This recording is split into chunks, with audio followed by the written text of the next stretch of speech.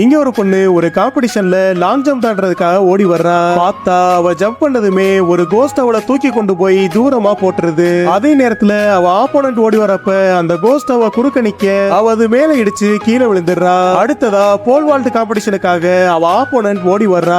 அப்ப அந்த கோஸ்ட் ஒரு ஷவலை வச்சு அவ போல பிரேக் பண்ணி அவளை கீழே விழ வச்சிருது.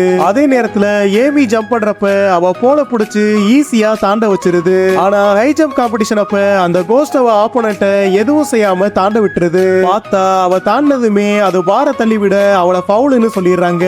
அதுக்கப்புறமா ஏமி ஜம்ப் பண்றப்ப அதை கீழே புஷ் பண்ண அவ ரொம்ப ஈஸியா வின் பண்ணிடுறா. கடைசியா ரன்னிங் ரேஸ் அப்ப அந்த கோஸ்ட் அவ ஆப்போனன்ட்டோட பேக்லயே தட்டிடுது. அப்ப அவ திரும்பி பாக்குறக்குள்ளேயே மத்த எல்லாரும் வேகமா ஓடிடுறாங்க. இருந்தாலும் எல்லாரையும் வேகமா ஓவர்டேக் பண்ண ஆரம்பிச்சவ முத ஆளா பினிஷிங் லைனை கிராஸ் பண்ண போறா. ஆனா கடைசி நேரத்துல பினிஷிங் லைனை கிராஸ் பண்ணாம காத்துலயே கம்பு சுத்த ஆரம்பிக்கிறா. அதுக்கப்புறம் தான் தெரியுது அந்த கோஸ்ட் அவளை ஓட விடாம ஸ்ட்ராங்கா பிடிச்சிருக்கு. அதே நேரத்துல தவந்துகிட்டு இருந்த ஏமி தட்டு தடுமாறி உள்ள வந்து ஒரு வழியா அதுலயும் வின் பண்ணிடுறா.